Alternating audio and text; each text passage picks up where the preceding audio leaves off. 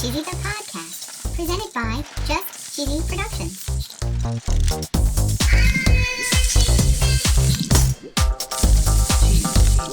Hi there, I'm your host, Fondue. Christmas is officially over, but there are some holidays that are just getting started. I'm so excited. In this week's episode, we're going to cover Kwanzaa. We're also going to talk a little bit about mac and cheese. We're going to talk about how eggs are getting in on the cream cheese shortage. Eggs? We're covering New Year's Eve. And of course, we're going to have a very cheesy joke.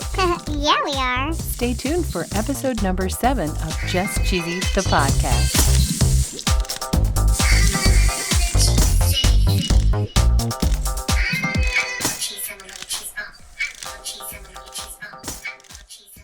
So cheesy, today is December 26th and it's the beginning of Kwanzaa. So what exactly is Kwanzaa? According to the tasteofhome.com website, there's an article by April Wright. The article is called Your Guide to Kwanzaa Food Traditions. According to Ms. Wright, Kwanzaa is a non-religious holiday that celebrates African American heritage and culture. The name of the holiday originates from the Swahili phrase Matunda ya Kwanzaa, which translates to the first fruits of the harvest. Kwanzaa is 7 days, and there's a feast that's generally held on December 31st. I never miss a feast. According to the article, 2 Kwanzaa foods with significant symbolism are black-eyed peas and collard greens. The peas symbolize good luck, while the greens symbolize fortune. I haven't heard cheese yet. Settle down, cheesy. The article asks, what is traditional Kwanzaa food? And it says, ultimately, a traditional Kwanzaa meal is whatever you want it to be. That's my kind of holiday. Yeah, me too. So they list here collard greens, candied yams, vegan rice, fried plantains, African peanut stew, southern peach cobbler, cornbread, okra, hush puppies, sweet potato pie. Cheese? Not yet. We've got mashed sweet potatoes, Southern Hoppin' John, sausage and chicken gumbo, Dutch oven fried chicken, Jamaican beef patties, Cheese? jerk chicken, Jamaican sweet potato pudding, Cheese. epsis, Cheese. mofongo, and your favorite, Cheese? mac and Cheese. Even though mac and cheese is one of the foods eaten at Kwanzaa, mac and cheese actually predates Kwanzaa and the United States. Really? Yeah, really. According to Wikipedia, it says pasta and cheese casseroles were recorded in the 14th century in the Italian cookbook Liber de Coquina. Ooh, you and your pronunciations. Yep, thanks for calling attention to that. In this cookbook, it featured a dish of Parmesan and pasta. And the cheese and pasta casserole known as, I'm not even going to try it, was recorded in the 14th century medieval English cookbook. It was made of fresh hand-cut pasta, which was sandwiched between a mixture of melted butter and cheese. That sounds yummy. And apparently the first modern recipe for macaroni and cheese was included in Elizabeth Raffald's 1769 book. 1769. The book was called The Experienced English Housekeeper. The recipe is for a bechamel sauce with cheddar cheese, a Mornay sauce in French cooking, which is mixed with macaroni, sprinkled with Parmesan, and baked until bubbly and golden. Bubbly and golden. Lots of recipes started to appear in the 1800s, and it looks like by the mid-1880s, cookbooks as far west as Kansas and Missouri actually included recipes for macaroni and cheese casseroles. The packaged macaroni and cheese that a lot of us know from our childhood that was made by Kraft was introduced in 1937, and the rest is history. Kraft, still not a sponsor. But one day when they are,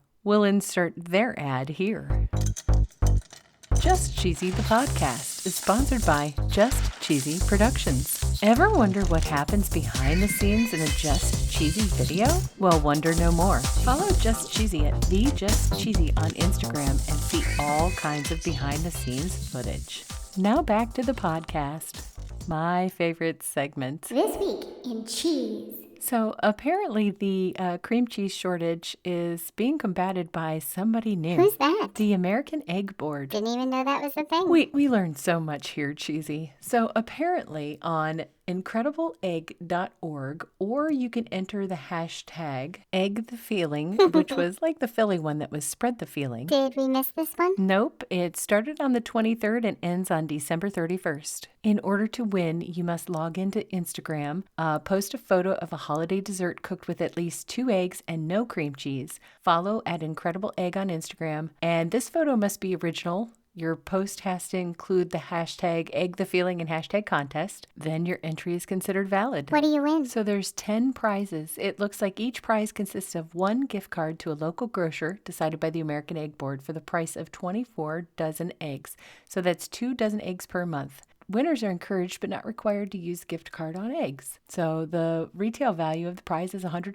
That's pretty cool. Right now there's only 2 posts there, and it looks like they're just from the incredible egg. So I'm interested to see what people post. Me too, that's kind of cool. Are you ready for New Year's Eve, Cheesy? I usually watch the ball drop at midnight. I was going to say you, me, and everybody else, but apparently in Plymouth, Wisconsin, they drop something else. They do? What? Oh, come on, Cheesy. This is a show about cheese. What do you think they drop? A cow? No, not a cow, Cheesy. I'm pretty sure you should stop guessing. So in Plymouth, Wisconsin, they drop a giant wedge of cheese. Holy cow. An 80-pound metal wedge of cheese is lowered from a 100-foot truck ladder. It's called the Big Cheese Drop. Big cheese drop. This is the 15th annual event in Plymouth, Wisconsin. And Plymouth, Wisconsin is considered the cheese capital of the world. According to the Facebook page for the Big Cheese Drop, it started in 2007 in order to pay tribute to Plymouth's cheese heritage and its thriving industry that exists today. In 1918, the Wisconsin Cheese Exchange was in downtown Plymouth. The Cheese Exchange was the platform for cheese pricing until 1956. Wow. So the Cheese Exchange set the price of cheese in the entire United States. That's pretty cool. Today, Plymouth is simply called the cheese capital of the world, with over 15% of all the cheese consumed in the U.S. going through this one city. That's a lot of cheese. It sure is, Cheesy.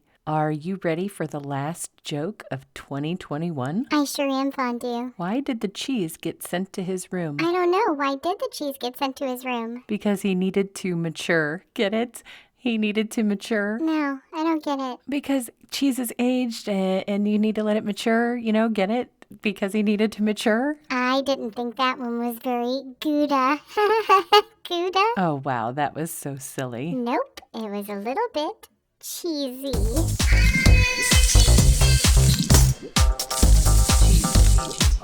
Thanks to all you loyal cheese balls out there. We really appreciate you listening to Just Cheesy the podcast. Happy Kwanzaa and Happy New Year, everybody.